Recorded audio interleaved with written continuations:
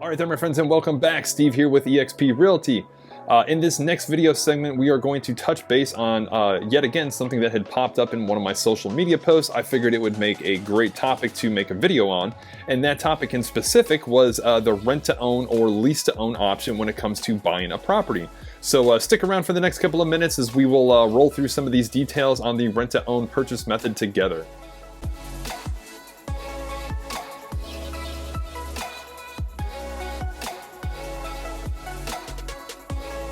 So yes, my friends, as always, thanks for tuning in, checking out the videos. Steve here with eXp Realty. Whether you own a home, whether you rent a apartment, or maybe you rent a home, chances are at some point or another you've heard of lease-to-own or the rent-to-own option. Funny thing about this purchase method is that the rent-to-own or lease-to-own is actually really just a catchphrase.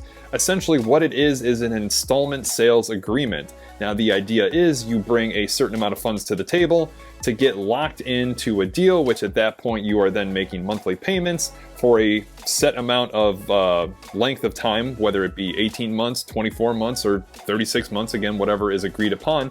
At the end of that term, you are then obligated to purchase the property that you are in. Now, there's definitely some pros and cons associated with the rent-to-own scenario. This rent-to-own scenario can be extremely useful if by chance maybe your credit is not where it should be. Maybe you're in the process of rebuilding it or just establishing credit altogether.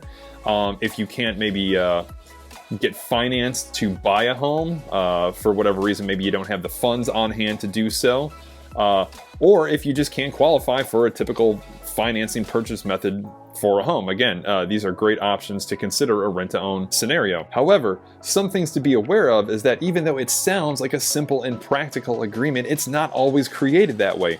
In some instances, the sellers will actually create this purchase method as a way to take advantage of their buyers. I know it sounds crazy, it's something that happens, it's something that you should consider in the rent-to-own scenario. Now with rent-to-own, there's two types of different scenarios. Scenario one is that of the private individual, and what I mean by that is it's just a independent seller that wants maybe a little extra cash flow, so therefore they are offering a rent-to-own as a purchase method on whatever property that they own. In most cases, you're usually only obligated to bring a certain amount of funds to the table to get locked into a rent-to-own scenario. In this case, there's usually no limitation on the price of the home that can be negotiated or the location of the home. Or in some cases too, with the rent-to-own, you can actually go through a certain program that is designated by a company or property management. Now, these types of programs are a little bit more involved. They'll take into consideration some things regarding your financial history. They'll look at if you've had any bankruptcies or any recent evictions. Usually they'll take a look too at your criminal history. In some cases, they'll only approve people with acceptable criminal history. They'll also take a look at your employment and maybe what you make annually at that place of employment. And in some cases, there is usually a limit on the price, the overall price of the home, and its location on where it's located in the town that you are looking to rent. So again, two types of scenarios, each are very different, each have their advantages and disadvantages. And no matter which scenario that you do end up going with, again, there are some pros and cons associated with the purchase method. And those pros and cons are as follows. Some pros or advantages that are going to work to your benefit in the rent-to-own scenario is, again, if your credit isn't good or not where it's supposed to be, this will give you the time to build it up and get it to where it needs to be to move forward and obtain financing for the home that you are already in. Maybe you can't get approved for a loan because of your employment history. Maybe you haven't been at your job long enough to get that type of financing. Again, a great option for rent-to-own. Maybe the marketplace that you are in has very limited rentals as it is. Again, this is a great opportunity to explore the rent-to-own option. In some cases, whatever lump sum of money or security deposit or down payment that you bring to the table to get locked into a deal, and in a lot of cases, that will actually come back around towards the purchase of the home, which is a huge win as well. In most cases, the rent-to-owns are pet-friendly, which is a great benefit as most people have pets.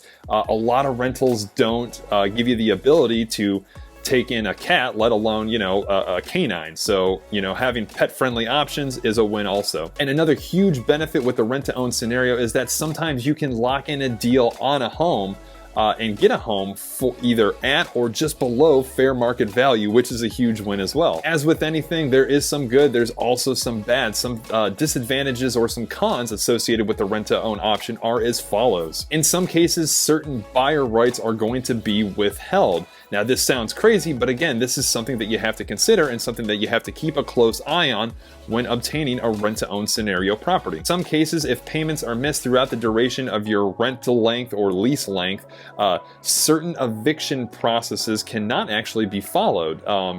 Tenants can very unfairly be evicted, not given the time frame that they're supposed to be given by law to get their affairs in order or get out, move on, what have you. One thing too that you need to be aware of is that if a title search isn't factored into the rent-to-own agreement, that's something that's going to be a little bit concerning as well. You can actually move forward to make the purchase on a home and obtain the title on that home, which might have a lien or an encumbrance or something affecting a free and clear title on the conveyance of that property. Again, something to keep in mind. In some cases too, any repairs or deferred maintenance that should have been the seller's responsibility can get passed on to you as the buyer or purchaser of that property. Also, in some cases, I've actually seen it where the rental price or the overall purchase price at the end of the rental length can increase or fluctuate, which is something a little odd. But again, to give you an example, if every year that you rent or lease the property,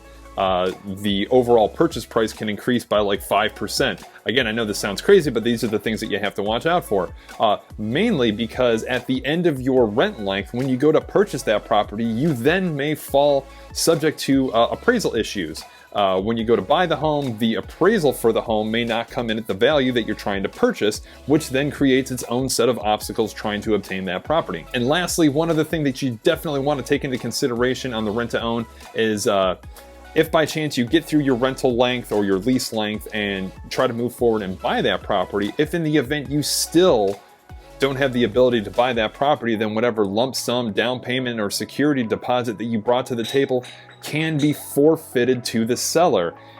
In this case, you are then out of your down payment as well as a place to live. So definitely, some advantages, some disadvantages to the scenario that you definitely wanted to take into consideration before getting locked into one of these rent-to-own or lease-to-own deals.